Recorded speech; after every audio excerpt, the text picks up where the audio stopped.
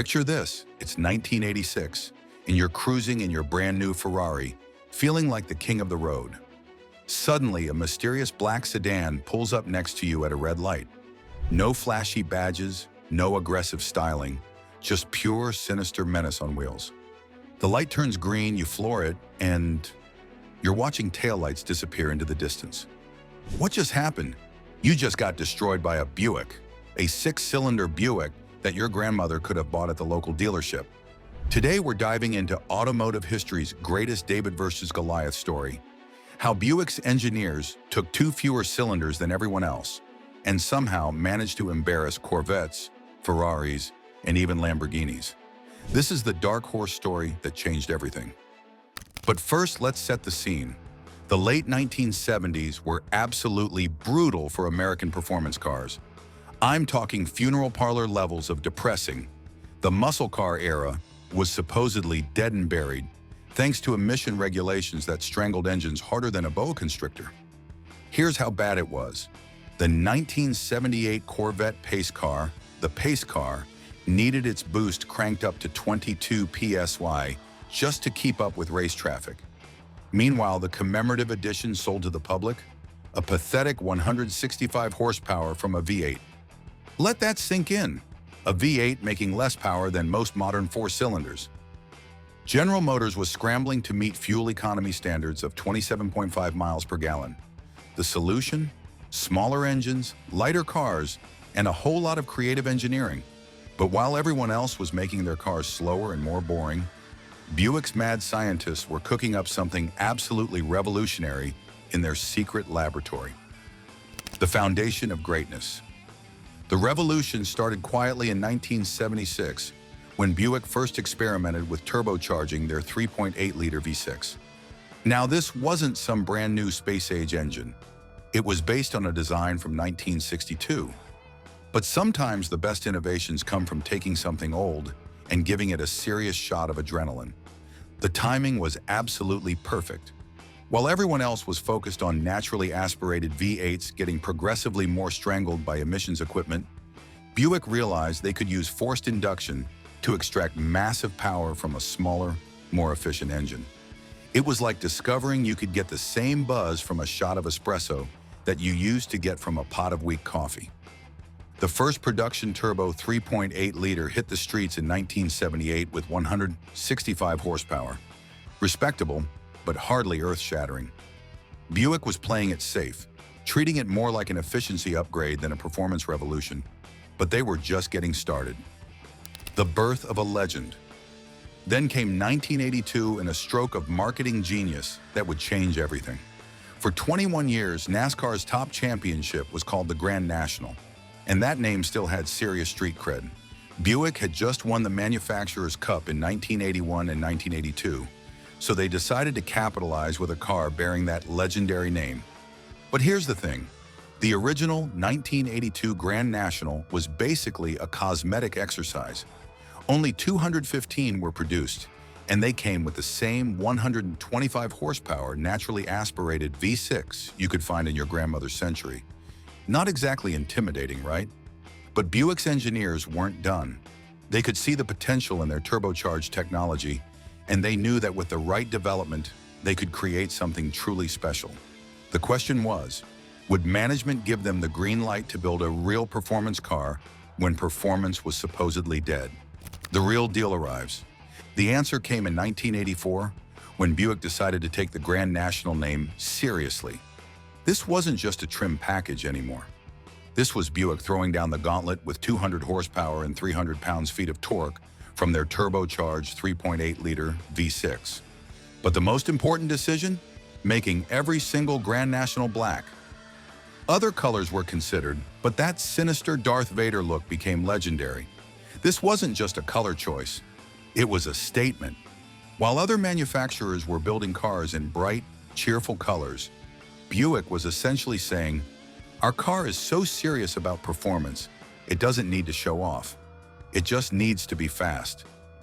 The sleeper effect was absolutely devastating. Corvette and Camaro drivers were advertising their intentions with aggressive styling and loud exhausts, while Grand National owners could fly completely under the radar until it was time to embarrass some unsuspecting victim at a stoplight. Engineering magic under the hood. So what made this six-cylinder engine so special that it could embarrass V8s twice its size? The secret wasn't just turbocharging. Plenty of manufacturers had tried that. The secret was in the details. The foundation was Buick's bulletproof 3.8-liter block with thick cylinder walls, a strong crankshaft, and a design that could handle the additional stresses of forced induction. But the real innovation was the Garrett turbocharger system integrated with sophisticated electronic fuel injection. Early turbocharged cars felt like Jekyll and Hyde, docile until the turbo kicked in, then suddenly violent and uncontrollable. Buick's engineers spent countless hours tuning the system for smooth, progressive power delivery. The computer could adjust fuel mixture in real time based on inputs from multiple sensors. This was seriously advanced stuff for the 1980s, the game-changing intercooler. But the real breakthrough came in 1986 with the introduction of the intercooler. This single modification bumped horsepower to 235 and torque to a healthy 330 pounds-feet of torque, earning the engine a new designation, the LC2. Here's why the intercooler was so crucial. When air gets compressed by a turbocharger, it heats up, and hot air is less dense than cool air. Less dense air means less oxygen, which means less power potential. The intercooler solved this by cooling the compressed air before it entered the engine, effectively increasing oxygen content and allowing more aggressive tuning. This system allowed Buick's engineers to run higher boost pressures while maintaining reliability. The result? An engine that could produce massive torque, that magical force that pins you back in your seat when you stomp the accelerator. While contemporary V8s were producing their peak power at high RPMs, the Grand National's Turbo V6 was delivering its punch down low where it mattered most for street driving. Shocking performance numbers. By 1986, the Grand National had evolved into something truly special, and the numbers were absolutely shocking for the era. We're talking 0 to 60 miles per hour in 4.8 seconds and quarter-mile times of 13.7 seconds. But here's what made jaws drop. That was a full second faster to 60 than the same year Corvette. Let that sink in. A Buick was outrunning America's sports car by a full second. But it wasn't just the Corvette getting embarrassed. In head-to-head tests, the Grand National was faster than the Ferrari 412, and even the poster child of exotic cars, the Lamborghini Countach. Think about that for a second. Here was a car you could buy at any Buick dealership, finance through GMAC, and service at your local shop. And it was outrunning exotic supercars that cost 3 times as much. Ferrari owners were probably wondering if they'd made a terrible mistake. The ultimate sleeper weapon. What made the Grand National truly devastating wasn't just the raw numbers. It was how it delivered its performance. The Turbo V6's massive torque output meant the car didn't need to be wound up to high RPMs. You could mash the throttle from a 30-mile-per-hour roll and experience a surge of acceleration that would leave passengers questioning the laws of physics. Road testers of the era struggled to find adequate superlatives. Car and Driver, normally reserved in their praise, admitted that the Grand National's acceleration was genuinely shocking. Motor Trend compared it favorably to exotic European sports cars. Even the typically critical automotive press had to acknowledge that Buick had achieved something remarkable. The quarter-mile times were even more impressive when you considered the competition. While most American muscle cars of the era struggled to break into the 14-second range, the Grand National was consistently running in the low 13s, times that would have been competitive with the legendary muscle cars of the late 1960s. The ultimate expression, GNX. Just when everyone thought Buick had reached the limits of what was possible, they decided to build one final, ultimate expression of the concept. Enter the GNX, the Grand National Experimental, a car that would become the stuff of absolute legends. The GNX was developed in partnership with McLaren Performance Technologies.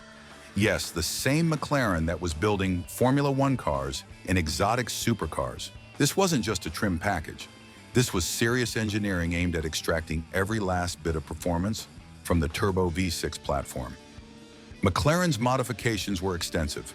Upgraded Garrett turbocharger, modified intake and exhaust systems, recalibrated engine management, strengthened transmission, more aggressive rear axle gearing, completely reworked suspension, improved brakes, and specially selected wheels and tires for maximum grip.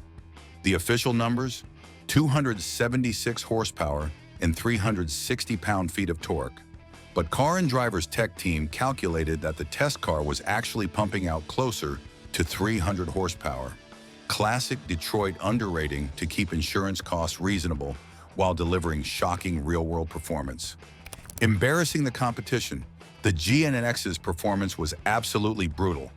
Car and Driver clocked a 4.9-second 0 to 60 mile-per-hour run, quicker than a contemporary Corvette, most U.S. market Ferraris, and even the Lamborghini Countach.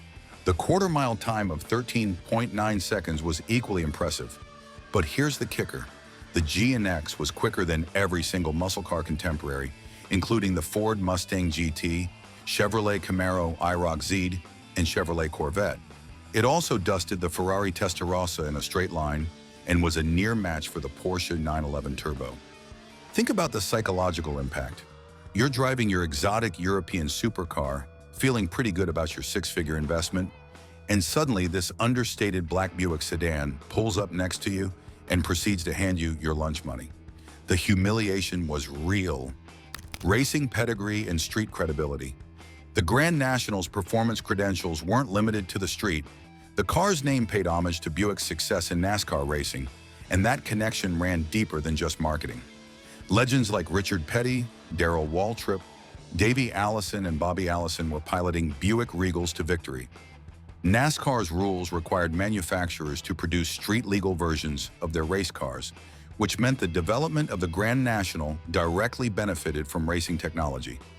The aerodynamic improvements, including the aggressive front air dam and rear spoiler, were derived from lessons learned on the NASCAR circuit. But perhaps more importantly, the Grand National's success on the street helped validate Buick's racing efforts. When potential customers could go to their local dealer and buy a car that could outrun Corvettes and Ferraris, it lent credibility to the brand's performance image that no amount of racing success alone could have achieved. The end of an era. All good things must come to an end, and for the Grand National, that end came in 1987.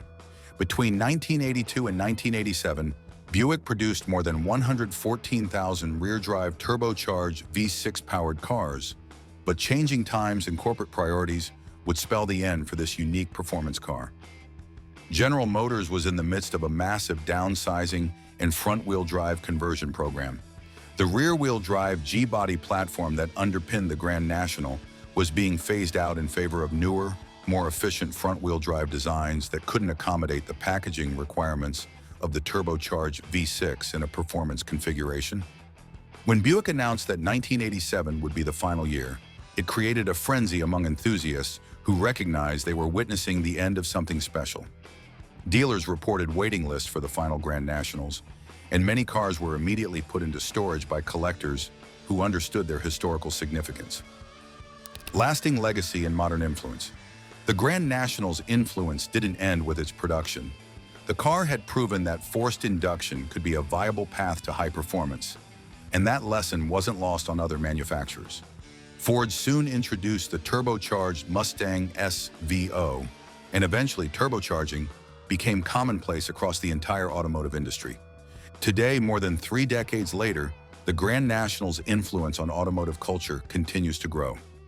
Values for original Grand Nationals, particularly GNX models, have skyrocketed as collectors recognize their historical significance. Some examples are selling for 6 figures. The aftermarket support remains incredibly strong, with specialized shops continuing to develop new performance modifications.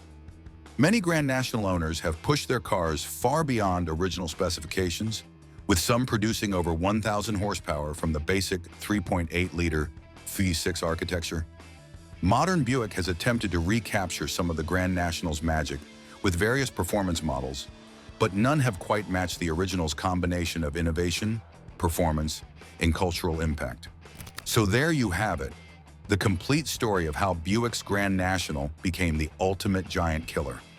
This wasn't just a fast car, It was a statement that proved innovation could triumph over tradition, that American engineers could still build something genuinely world-class, and that sometimes the greatest upsets come from the most unexpected sources.